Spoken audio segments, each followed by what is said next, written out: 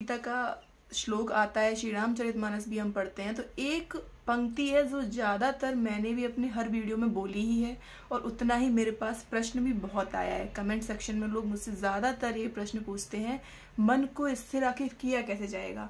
अब मैं ये बात तो बोल देती हूँ कि मन स्थिर करें, मन स्थिर करें, पर मन स्थिर होगा कैसे? तो ये प्रश्न सिर्फ आपका नहीं है, ये प्रश्न अर्जुन ने पूछा था ध्यान योग में। जब हम जाते हैं अपने 6वें अध्याय की तरफ, तो मैंने वही श्लोक पकड़े हुए हैं, तो मैं श्लोक को पढ़ते हुए आपको डिक्टेट करूंगी, बताऊंगी, ताकि आपके लिए और इजी पड़ जाए चीजें कि क्या सच में मन कभी स्थिर हो सकता है। यूट्यूब पर आप जाएंगे तो उसे भरमार पड़ी हुई है कि आप ऐसे करके मन को स्थिर कर सकते हैं, आप ये कर सकते हैं, वो कर सकते हैं, इससे मन आपका स्थायी हो जाएगा। पर क्या ये सच है? तो चलिए आज इस भ्रम को दूर करते हैं और देखते हैं कि मन सच में कभी स्थिर हो सकता है या नहीं। तो पहला श्लोक आता है 6वें अध्याय का, जिसमें भगवान कहते हैं, 34वां श्लोक है, आप लोग देखिएगा जाकर के, चंचलम ही मनः प्रमादि बलवद दृढ़म तस्याहम निग्रहम मन्ये वायुरिव दुष्करम। अब अर्जुन के आगे बड़ी परेशानी थी। भगवान ने कहा कि तुम अपने मन को कंट्रोल में करो। तो अर्जुन ने कहा कि मैं एक बार को हवा को कंट्रोल में कर सकता हूं, पर मन को मैं अपने बस में कैसे करूंगा भगवान, आप मुझे बताइए। मन जो है ये बंदर के समान बताया गया है। बंदर क्या करता है? उछल कूद करता रहता है, कभी शांत नहीं बैठता है। ऐसे ही मन है, मन के अंदर हर समय विचार आते रहते हैं, आते रहते हैं, आते रहते हैं। अच्छे विचार भी आएंगे, बुरे विचार भी आएंगे। अब ये हमारे ऊपर है कि हम कौन से विचारों को एक्सेप्ट करते हैं। जब आप पिछले श्लोकों में जाएंगे तो मैंने एक बार समझाया है कि जो हमारा ये ब्रेन है, जो हमारा ये दिमाग है, ये क्या है? समुद्र है। इसमें आने वाले विचार क्या है?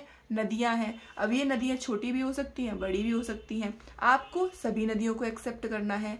आप किसी भी नदी से ये नहीं कह सकते कि नहीं, मैं तुम्हें नहीं आने दूंगा।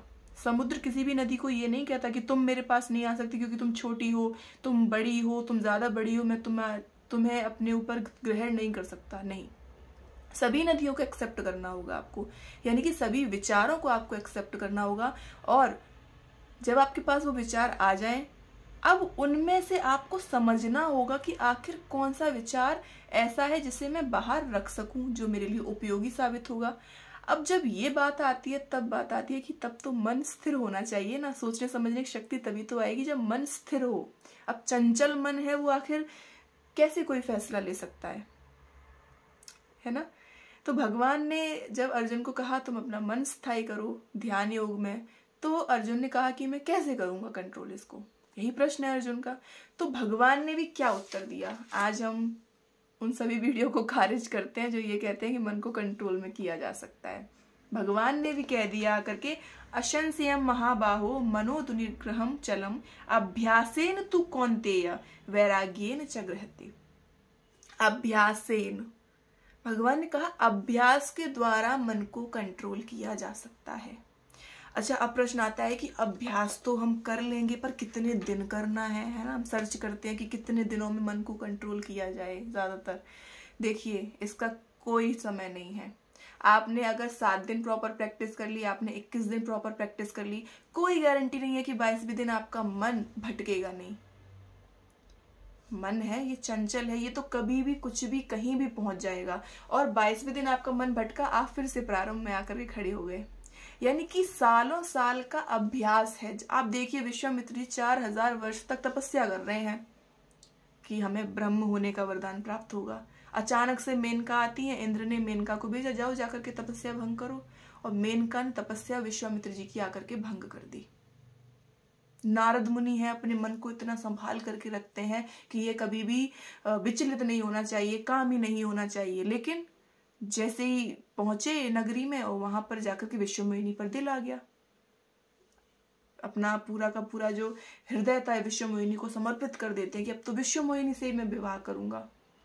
ये तो वो मुनि है जो अपने इंद्रियों पर काबू पा चुके हैं। जब ये काबू पाने के बाद भी विचलित हो जाते हैं, तो हम तो आम मनुष्य हैं। हम तो कोई प्रैक्टिस भी नहीं करते, बल्कि सर्च और करते हैं कि 1 घंटे में मन को कंट्रोल कैसे किया जाए। कोई तरीका नहीं है मन को कंट्रोल करने का, सिर्फ अभ्यास के अलावा। अभी अभ्यास क्या हो सकता है? तो ये अभ्यास आपका जप हो सकता है कि आप कोई भी एक मंत्र पकड़ लें, आप प्रणवोच्चारण पकड़ सकते हैं, आप दिन में 15 से 20 मिनट उसको दें और धीरे धीरे करके उस समय को बढ़ाएं। प्रारंभ आप 1 मिनट से करिए, फिर उसको 20 मिनट पर लेकर जाइए। धीरे धीरे जैसे जैसे आपकी चेतना ऊपर पहुंचेगी, आपको चीज़ें समझ में आने लगेंगी। जिस दिन आपको पता चल जाए कि मैं सही निर्णय लेने लग गया हूँ, उस दिन समझ जाइएगा कहीं ना कहीं चीज़ें कंट्रोल में आ रही हैं। लेकिन फिर बात वही मैं कह रही हूँ कि गारंटी नहीं है कोई भी कि आपका मन प्रॉपर आपके कंट्रोल में आएगा, क्योंकि ये कभी कंट्रोल में आ ही नहीं सकता। आपको हर दिन प्रैक्टिस चाहिए, प्रॉपर प्रैक्टिस। भगवान ने भी कह दिया है, तब आप जा सकते हैं कहाँ? वैराग्य की ओर, एक ऐसे वैराग्य की ओर जहां पर ये संसार आपको विचलित नहीं करेगा। ठीक है, तो जितने वीडियोस में आपको कह दिया जाता है ना कि 10 मिनट में अपने मन को कंट्रोल करें, ज्यादा विश्वास करने की आवश्यकता नहीं है।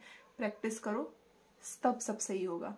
पढ़ाई करो ढंग से और चीजों को समझने का प्रयास करो, कोशिश करो। इस मन को जितना हो सकता है इसको इस्तेमाल करो, इसको इस्तेमाल करने का प्रयास करो, क्योंकि इसका इस्तेमाल कम करते हो तभी ये ज्यादा विचलित होता है ना। तो इसको बांधने का प्रयास करो अभ्यास के द्वारा।